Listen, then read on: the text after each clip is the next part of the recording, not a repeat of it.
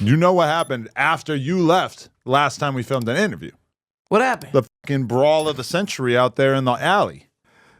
You called me up very concerned as soon as you saw the video. Adam, what the hell are they doing? You know the first thing I thought in my head? Them motherfuckers about to try to lie and try to say Adam got something to do with it before they could try to sue him. Yeah. They about to try to lie, act like you was there, like you know something about it, and try to sue you. Good luck. Okay, so Jay Reed got attacked first. Yeah. And the guy with him got attacked as well. They both got packed out. Right, but the other guy got his pants taken off. Mm-hmm. That was the craziest part to me. There's also a rumor that you were getting sued over this. No? No. I'm just saying this as a cautionary tale to anybody who thinks that they're going to sue No Jumper because of something that we said on the podcast, etc. Just think again. Eventually. It's more important to me that I have to do this for my kids and for my family. You know what I mean? For my kids to wake up and my mom see this and, you know, my family members seeing this, you know, it's tragic. So what do you got to say to me, Baldy? I don't know what the problem is. I mean, I would start with the fact that there was a pretty vicious assault that took place at my facility. It throws me all off guard because I wasn't aware at all. Next thing you know, I'm getting punched up in the face and it just goes crazy at that point, as y'all can see. You seem weirdly unapologetic about it, don't seem terribly concerned about it, whereas for me, this has been a significant source of bad press, as well as a potential legal risk. Bad press? Yeah, and you're soaking it up. You're posting non-stop Instagram posts about it. Bro, my grandmother, my mother. I'm putting a PSA out for all the sweethearts, the sweetie pies, the soft individuals that keep spreading a false narrative. Bubble butt, you trying to remove yourself. Some people could be mad. I'm mad too. I'm mad put his hands on me. I'm mad did this for content. And then I don't know Jay Reed. You know what's crazy about this stupid Luce Cannon? He must ain't read the police report. Right, but the people that you invited are the ones who got involved in this bullshit. And from my perspective, this was all like a big PR thing. Because why was somebody filming before it even started? Let me tell you how it all started, everybody. Bubble Butt knew exactly Jay Reed was coming up there to talk. He tells on himself. You want to put the video out. You did that. He was bragging at first. Then now Sweetie Pie is acting like, oh, let me try to diss myself. Hey, you know, I asked you 50 times, how the f did Jay Reed get up there? I already knew Luce was on some snake shit. And this is who y'all support? Not the real? Sweetie! Sweetie! Here we go! Okay, so the guy that got stripped, did he end up in a coma? like you got an action-packed movie or something. All right, we'll pay the actors then. 50 mil. 50 mil. What? You know what I'm saying? I don't know what results you expected to happen out of that. Oh, okay.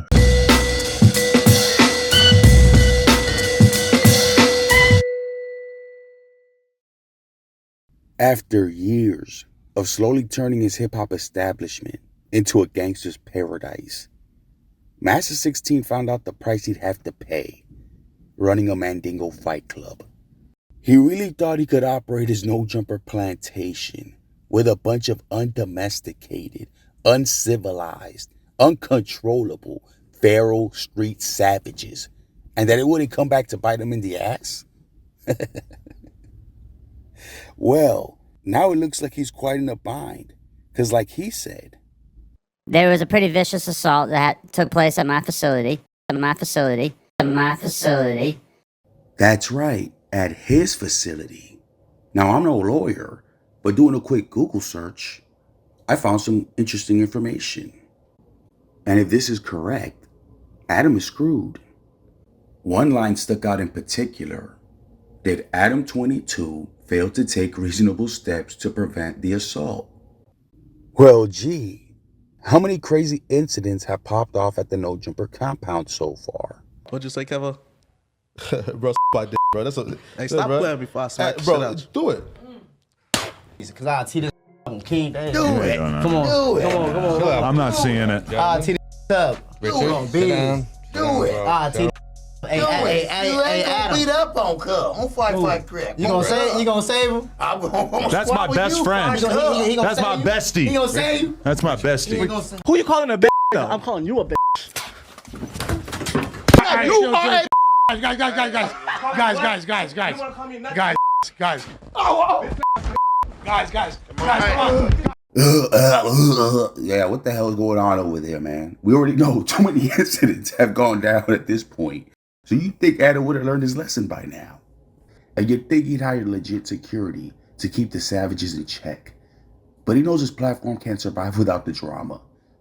So he'll round up gangbangers, pimps, junkies, and even sideshow freaks if it means he'll get a bag off of them.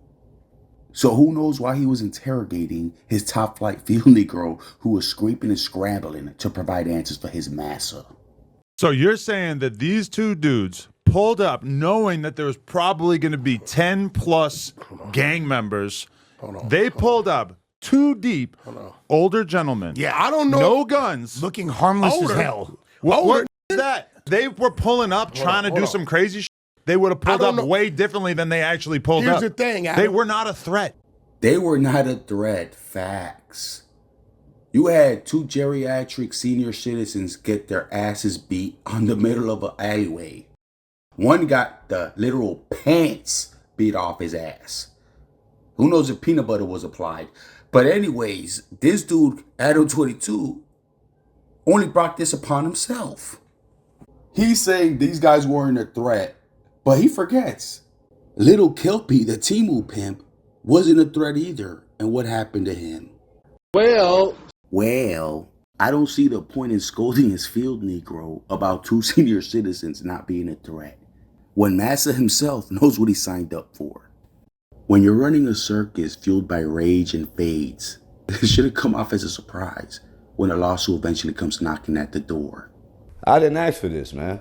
One thing that gets me, the recording of a video of a fight, then put it on a global stage.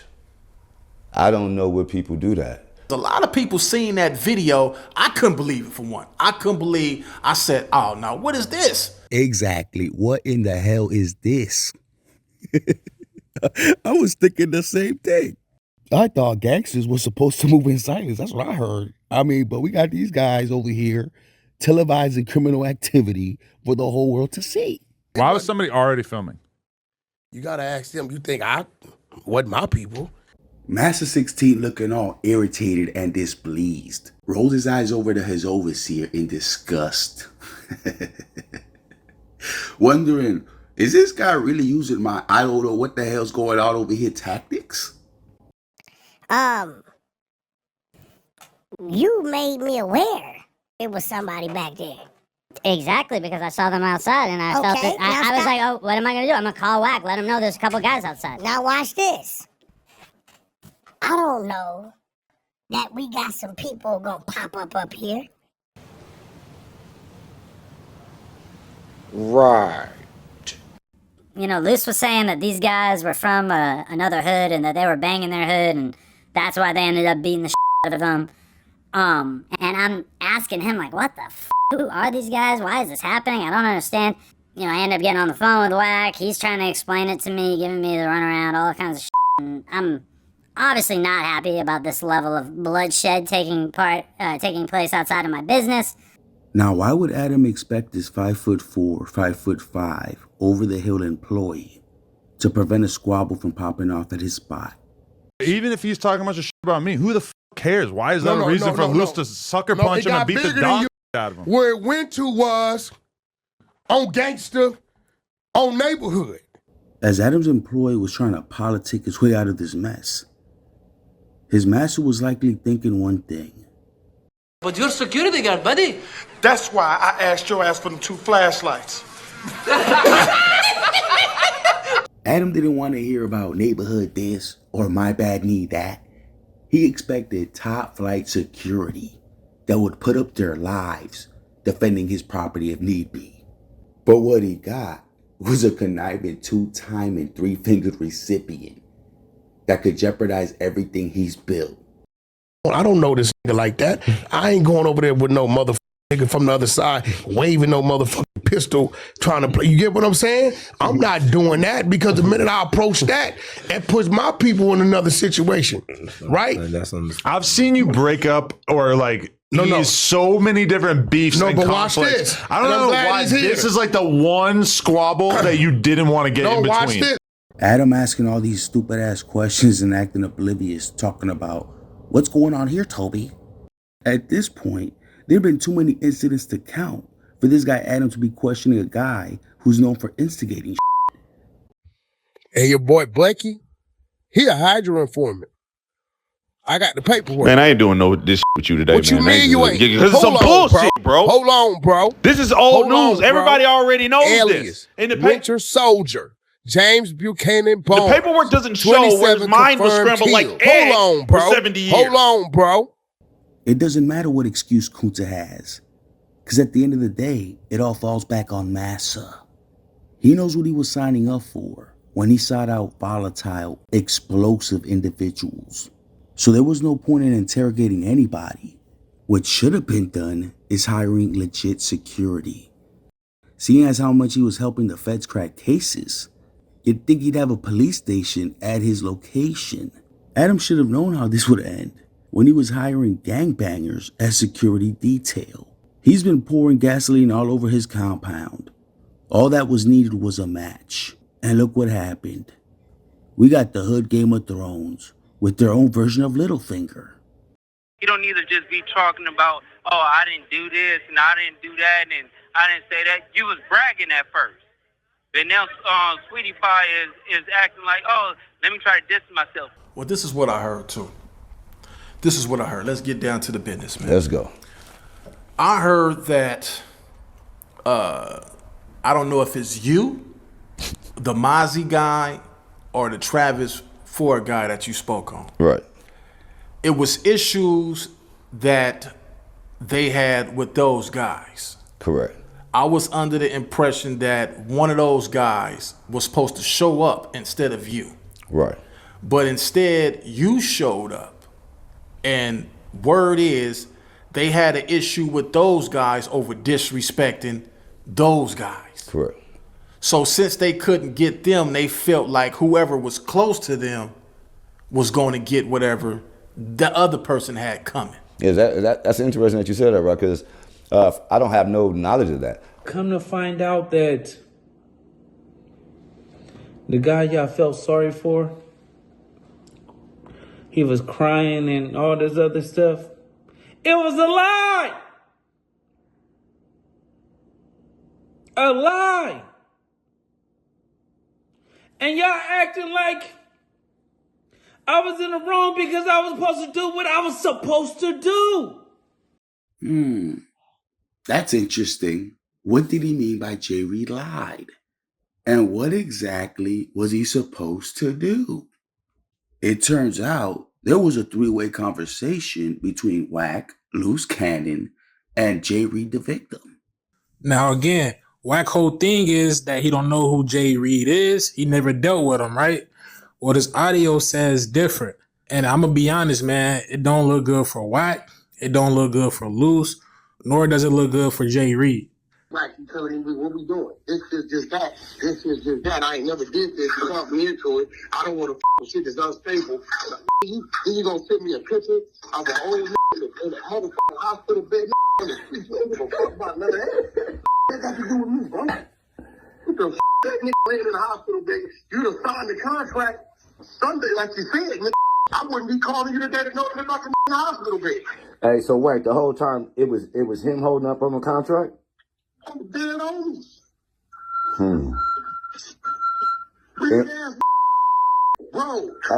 Bro, you pressing him so hard. I'm sitting there laughing. That's how you know, bro. He stopped answering the phone for 2-3 weeks and then gonna tell me I was opening up some deal collecting shit in Atlanta. Bro, that's cool. What the that got to do with the business, homie?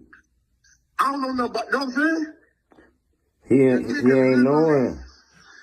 Like I'm gonna tell you like this. My first time meeting was the first time you met him. I mean, the first time we met. You see what I'm saying? So, like, like this, but I was already just telling Trav, like, hey, bro. Network, academics, soul jumpers, flag actors, no, we had to go. My hey, my she ain't even answering my phone. He was up a relationship, bro. And that's NBA young boy manager because he brought the deal with the little Tim. You know what this tell me? Wack. So you telling me little Tim is the one that shot King Bond? Oh man, I just thought you. I said you dumbass. Never. We had 10 episodes, and we had it before Dunk even went to jail. You stopped answering the phone. Hey, listen, I swear to God, if I'm lying, I'm fine. I've been telling this push the button, bro. It's just a away, bro. Who in the way? Man, somebody, you know what I'm saying? Some be scared, man. You know what I'm saying? I just think Travis be holding out. So in this conversation, Wack and Luce are pretty upset because there's a contract that's not getting signed with Dot's Network. So they're talking to Jay Reed about it. Jay Reed says, look, it could get signed, but there's somebody in the way. They ask who's in the way. Jay Reed said it's Travis Ford. I'm sure there might be someone scratching their head wondering who's who. So let me break this down real quick. You have the ringleader Wack, who wanted some deal signed with a guy named Travis Ford. This guy right here to the right. Travis Ford had a friend named Jay Reed who wanted a slice of the action. So Jay Reed decided to tag along in a meeting Travis Ford had with Wack in Vegas. And while they were there, I guess Jay Reed wanted to have some fun, play some slots, go to the casinos. Travis, on the other hand, had to be at work. I guess, I don't know, as a CEO, I don't know, make that make sense. But isn't he in Vegas for work? For a meeting? So I didn't understand what he meant by he had to be at work the next day. I'm thinking, aren't you at work right now? But okay, anyways, I guess he got 2 jobs. I don't know. That just sounds odd to me. I don't know how many CEOs got 2 jobs like that. But maybe I'm wrong. Maybe I'm mistaken. Anyways, he's like, I had to go to work the next day. This guy, Jay Reed, didn't want to leave the casino. So like a true friend, Travis Ford went in there to look for him. Nah, I'm just joking. He left his ass behind.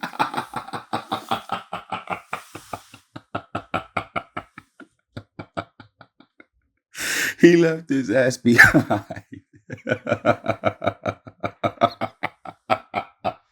Leaving him stranded. Begging for scraps and change in the Las Vegas Strip. Just to get back home. Damn, that's crazy, right? So guess what? Jay Reed decided to get revenge. Travis said that something happened where Jay Reed couldn't even get back from Vegas that day. Exactly, because Travis had to go to work, and Jay Reed basically got left in Vegas. Facts. And then, Jay Reed got left in Vegas or whatever, and had a... This call is from a federal prison. He told me he had to panhandle money to get on a mega bus to go back home. Damn, that's fucked up. I left in Vegas. He had no ride back home. That's 4 hours away. You feel me? So it was kind of like, I ain't tripping up with no words, because I did something new to you. You had to spend money on. So you feel me? How did he get back? Did you find out? I don't know. Okay. I don't know. Like, the way you just... with friends like this, who needs enemies? It's no wonder now. It's no surprise now that Jay Reed tried to backdoor his homie, Travis Ford. That's loose issue. I don't know. I'm gonna make sure that I take care of that. That's loose issue. I don't know that about that. You know what I mean? I just think like when people don't understand business. You don't have to say anything no more. On 6-0, I'm gonna break his face when I see him. That is weird, cause this the main running around screaming name. As you just heard, we had Wack telling Jay Reed, the guy he supposedly didn't know, that Travis Ford was Luce Cannon's issue. I mean, they pretty much try to line each other up, but in the end, Luce Cannon beat his ass and left Travis Ford alone because he knew he was trying to cut him out. But he's saying, Luce Cannon is saying that he went too far. And so is Travis Ford. He was only going to beat his ass, but he took a content route as well. And the content just wasn't what it was supposed to be because he did take it too far. And let's not forget that somehow Wack got his hands on Jay Reed's stolen watch. Cashless Jones, look, you need to lawyer up your boy because you took it upon yourself to bring a watch back on camera. Now, I did the best I can. I put out an APB. I said, who got the watch? Whose watch is that? I guess this is dude watch. It's a fake Michael Kors. I was gonna say that's a $20 watch in Santee Alley. It's fake Michael Kors. It ain't How you gonna have a fake Michael Kors? It don't even look at it. Don't real even, Michael Kors. It don't is even bootsy. say the S. It just say core. Yeah, it's kind of, Are you serious? Michael Hardcore. Yeah. Oh my god. So look, bro. Listen. Bro. Listen. You come get your shit or whatever. I feel like this is not analogous with the other stuff that you're saying. You're saying that the way that you and Luce, et cetera, responded was entirely defensive, but then you're also on here showing off his watch. No matter how Wack tries to wiggle his way out of this mess, it's too little too late, especially with all the breadcrumbs he's left behind. We got your t-shirt, you done left fingerprints and all. You are so dumb. You are really dumb. For real. I don't know how you got this guy talking about, I don't know what's going on. He's trying to employ the Adam tactic of acting oblivious. Talking about he don't know what's going on over here. But then in the next breath, he's pulling out a stolen watch. Talking about, oh, look here, look at the watch and like that.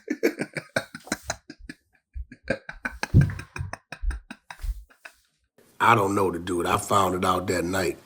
Not that I give a damn, could care less, but he from like Hawthorne, Crip, something, I don't know, 11-8 Hawthorne, I don't know, even something I ain't never heard of, right? But that's his damn business. I don't give a damn where nobody from personally. I've been telling y'all for 20 years, I'm not a gangbanger. I don't care where nobody from, really. Okay, so you can tell the propaganda is already starting. Victim statement, Jay Reed. Reed stated that he has known Jones and Williams for approximately 3 months and has been working on a network. Now let's stop right there. Jay Reed, you forgot you went on Captain Rick Rock's podcast and told the world that you and Luce Cannon go back 10, 15 years. Y'all was locked up together in San Bernardino County. Come on, man, like what you doing to yourself? And I've been working on a network deal to get them and Grand Mason their own show called The Exposers. This Negro got imagination. On a platform called Dash Network. I partner with Dash.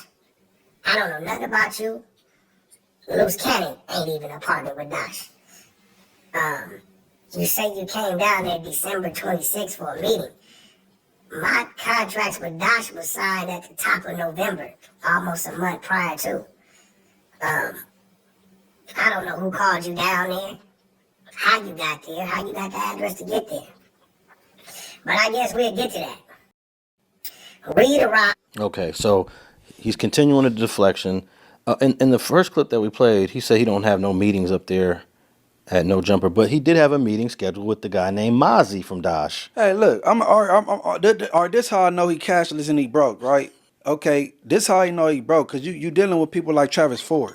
Travis Ford ain't no exec, no way, no how. Speaking on that, remember when I had mentioned Travis left his homie Jay Reed behind because he had to go to work? But he's also the head of a network? Something wasn't adding up. And on top of that, he couldn't even afford a steak dinner? There's a lot of funny things to take out of it as well, like Travis admitting that he didn't have no money to eat, and you were gracious enough to cut your steak in half, your T-bone steak in half, just to give him some food, which is crazy. Yeah, but that's not the only thing. Sharice gave Jay Reed her lobster. You get what I'm saying? And we split our food because they didn't have no money. Let me tell you the crazy part too, right? They didn't even have gas money or a place to stay that night. That's why I didn't even really want to order nothing like that, because I was like, man, I just left In and Out. They was like, Jay Reed was like, don't say that around these type of people. So what was a steak there? About $100 or something? Phew, you see old girls like, y'all didn't even pay for, y'all just paid for y'all meals. Of course. Shit. Boy, the comments were eating his ass up. Comments like, ain't he the little shirt thief from No Jumper?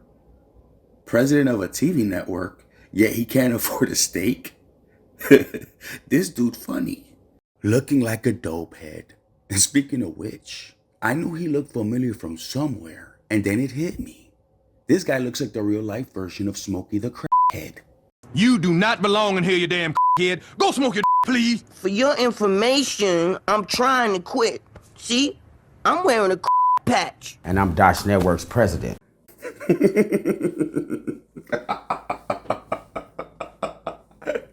Does that even sound right coming out of his ashy, crusty lips? There was nothing presidential about this guy. No way, no how. That would explain the less than satisfactory results. But anyhow, getting back to the treacherous Game of Thrones games being played, the three-way call between Jay Reed, Wack, and Luce was secretly being recorded by Jay Reed. And unfortunately for him, word got back to Wack and Luce, and they really appreciated it. So they ended up beating his ass instead. Jay Reed recorded the conversation without them knowing. He pulled the them on them. Once Luce Cannon exposed in that audio that he was going to put hands on Travis Ford, I believe that Jay Reed sent the audio that he snuck and recorded to Travis Ford. Travis Ford sent the audio to Mozzie. Mozzie sent the audio to Wack and Luce. Once Wack and Luce found out they was being recorded, they said, okay, we ain't worrying about Travis no more. We gonna put tips on Jay Reed for secretly recording our phone call and messing up the business. So when Jay Reed got up there, he got a good old butt whooping, and the other guy that was with him, I think he just got caught up in the show from the other guys that didn't really know what was going on. So it seemed like it was a play that went bad, man. And it was an example that we're going to use to not come up here and play with us. But I talked to Jay Reed this morning. I said, I wish you would have told me y'all had this phone conversation and phone call before it even happened. And maybe I wouldn't have done the interview because it's all a play. And it seemed like it turned out to be a play going bad since I lost on the whole deal thing. Let me go ahead and file a lawsuit, try to get me some no jumper money. You see, this young whippersnapper, little Kelpie, the Timu pimp, didn't have the wisdom to run Adam's pockets. But the old-timer Jay Reed did, which wouldn't have been possible without the mastermind Three Fingas. Even Three Fingas had to concede with being checkmated by the guy who had to panhandle on the Las Vegas Strip. Once Jay Reed realized what happened, he like, damn, my twist didn't work. So since nothing worked, I'm on camera, I'm getting assaulted, I'm in too deep. Let me try to sue No Jumper. I might as well go all the way out and get some money now because I'm already out the Dash Network. Yeah. Three Fingas overplayed his hand, and he wasn't doing himself any favors, doing exactly what he claimed Luce was doing. I thought Wack was my folks. I'm just grateful I walked out there with my life. And these tears ain't tears of sadness. He did some shit like that. When I tell you I went there on love, man, that's what I went there on love. I gave you love. I gave you love. At this point, man, it's out of my hands. I didn't put the video up, brothers. And that's just what I want everybody to know. I didn't put the video up. I'm not asking for no problems. Y'all would have never heard nothing from me if that video wouldn't have been up. Now let's give a round of applause to the tactical geniuses over at the No Tripper Plantation. Bravo. Great job. Without that vicious, humiliating video, this wouldn't be possible. Now I can't show you guys what happened, but the least I could do is give you a play-by-play. So let me paint the picture. There's a bunch of hood ninjas loitering outside the No Jumper Plantation. You can see Luce, Wack, and Jay Reed having a conversation off to the side behind a car. Then you got the cameraman secretly recording the whole conversation, so you already know from the start this is a setup waiting to unfold. Nothing can be made out of what is being said, when out of nowhere, bam! Luce Cannon lets off a left cross to Jay Reed's face, sending him crumbling to the floor on his frail back. He then proceeds to pounce on him, letting off more blows to the face. Bing, bang, pow! Right in the kisser. As Jay Reed struggles to find his alignment, Luce wraps his arms behind Jay Reed and he flings him back to the pavement, f***ing up his old spine even more. As the old timer is laying on his back for the second time, Luce proceeds over to Jay Reed, standing over him, then cocking back his right hand and reaching for his weapon. Pointing the barrel at the back of Jay Reed's head, you can hear Wack saying, "Luce, Luce, don't do that, Luce." As Luce Cannon is tussling with Jay Reed, another assault pops off a few feet away, with victim number 2 getting tag-teamed by 2 of Luce Cannon's lackeys. He collapses on the piss-riddled floor, looking dazed and confused, as one of the tag-teamers is still pummeling him. The other guy who was assisting in the beatdown lays off the senior citizen because he looks like he's had enough. So he tries pulling his boy off the victim, but once he told the guy who pulled him off of him to let him go, he did just that. And so he went back for round 2. No! Oh, God, that's enough! Stop it! Seeing as how the old timer was still conscious, he cocks back and blow, gives him another one, screaming, "Go to sleep!" The camera then pans back over to victim 1, Jay Reed, getting manhandled, not by Luce, but by another one of his lackeys, as the back of Jay Reed's sweat is soaking up all the spit and piss on the pavement floor. Luce Cannon is watching over, supervising the 2 beatdowns going down as if it was another day at the office. He looks over to victim number 2, still dazed and confused, seeing stars, and charges straight for him and gives him more stars. Then he strolls back to Jay Reed screaming, "Take it off!" And boy, that's when all hell broke loose.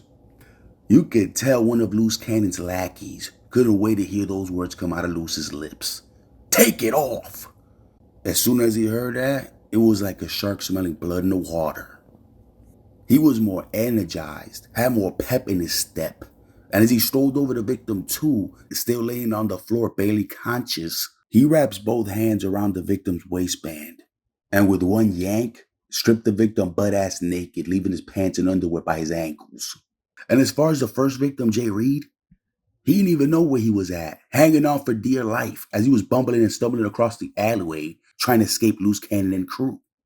The video then fast forwards, and the last thing you could see is some hood ninjas standing over a violated geriatric victim, victim number 2. Now, who knows if any peanut butter was applied, but it wouldn't be a surprise if there were some empty Skippy jars at the crime scene. You know, people probably wondering, like, what happens next? Hey, all I can say is this, man. You know, you got to stay tuned because I've been told not to talk about certain situations. And, you know, that's just from a legal perspective. Maybe, you know, maybe I shouldn't do. Maybe, you know, I don't know. But I'm going to tell you what. You know, these type of things just can't be allowed. Man, I was looking for a little bit more help. You know what I mean? A little bit, you know, more safety when it comes around there, man. You know, I'm just confused of how I even went down, Rock. The only thing he was confused about was him becoming the victim. You're a victim. He knew how this was supposed to go down with Travis, yet he decided to step into the lion's den. And he paid the price for it. But luckily for Jay Reed, the geniuses who not only recorded, but also published the video, gave him all the ammo he needed to turn the tables, which led to the mess that Luce Cannon, Adam, and his field Negro Wack found themselves in. Wack orchestrated everything. So if Wack knows that the Jay Reed was coming in there to talk about business with Josh, why is he not just saying that? At the end of the day is, I was inviting somebody to No Jumper. Only my crew come with me. I'm not inviting no new or somebody that I'm doing business with at a place of business that I don't work at. Like, that's goofy. Word. I do agree with that. Luce should have kept his opinions regarding Paranoid 3 Fingas to himself. because that only made Wack crash out on him. Hey, Lush, stop playing. What you might want to do, Lush, listen to me, bro. You might want to learn when to shut the up, bro, because you playing his names. Yeah, I'm trying. I'm just gonna be quiet. Because it ain't like you ain't above and beyond getting stopped out, bro. Bro, you be in there high, you be talking. I know what you're talking about. I'm waiting for you to start talking about the Armenians and the Persians, bro. Since you always want to throw a under the bus, when you gonna talk about them? Or you scared of them APs over there? Because I know a few of them. I can send them to holler at you. What do the Armenians got to do with this? Well, what the why the niggas always in your mouth? Talk what you start running they shit. All right. Ain't that what you is? Ain't you Armenian, Persian? Which one? I'm not Armenian or Persian, but. Well, what the are you? A mutt? What the are you? I'm Italian and Jewish. Well, talk about that. Wack was spazzing out and crashing out on poor old Junkie Lush.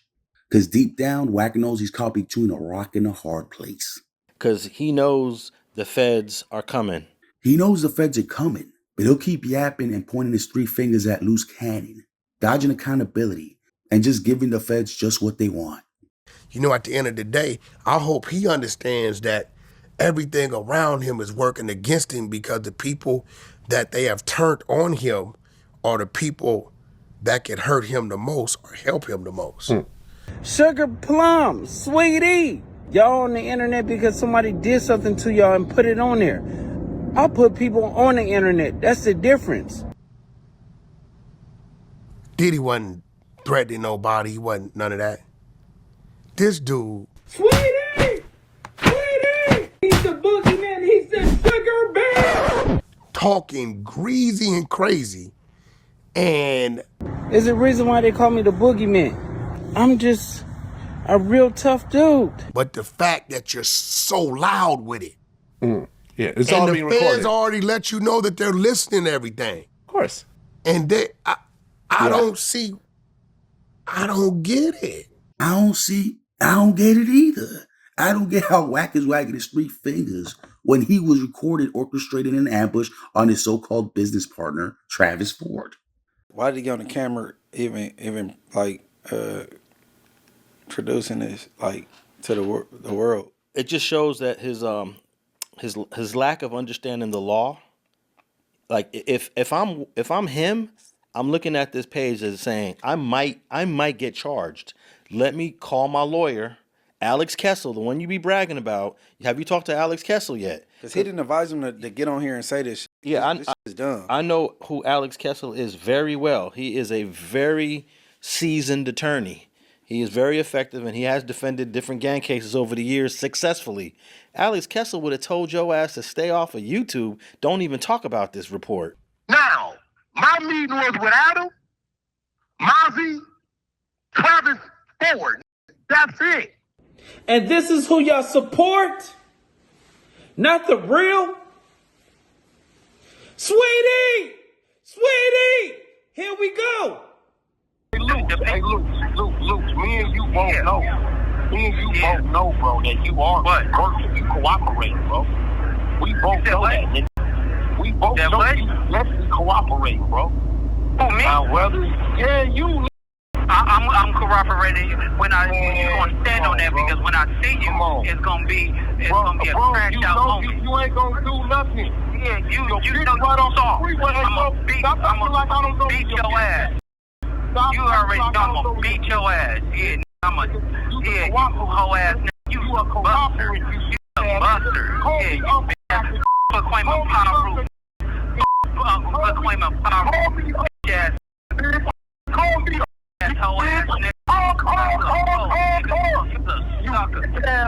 Hoe ass nigga. You cooperate. You know I'm the realest nigga. Bitch ass hoe ass nigga. Wack 100. Bubble butt. Shut up, bubble butt. He really cashless. Because your lawyer didn't advise you to do this. He can't have no representation.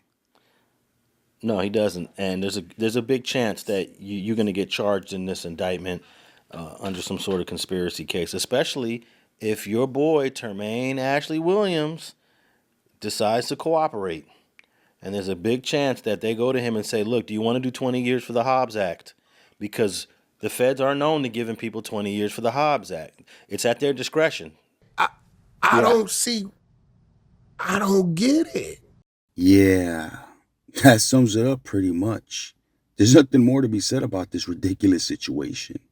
But Adam's gonna keep the show going, pretending nothing's wrong, and he don't got a $50 million lawsuit over his head. Now, I doubt Jay Reed's gonna get that much money, but I'm sure he's gonna get something. And when you add that crypto scheme he was exposed for, things ain't looking too good for Massa or his plantation. So with that, we're going to conclude this episode. But stay tuned, because on the next one, we'll be exploring Adam16's lies regarding his once most favored Mandingo warrior. No, he's trying to do the victim angle of being like, well, on No Jumper, I would have been this kind of person, but they wouldn't let me. They made me be this crazy gangbanger or whatever, when it's like, bro, we were looking for depth the whole time. We were trying to get deeper and deeper into what makes you, you. And we didn't, we got a lot of Vernon Avenue. We got a lot of...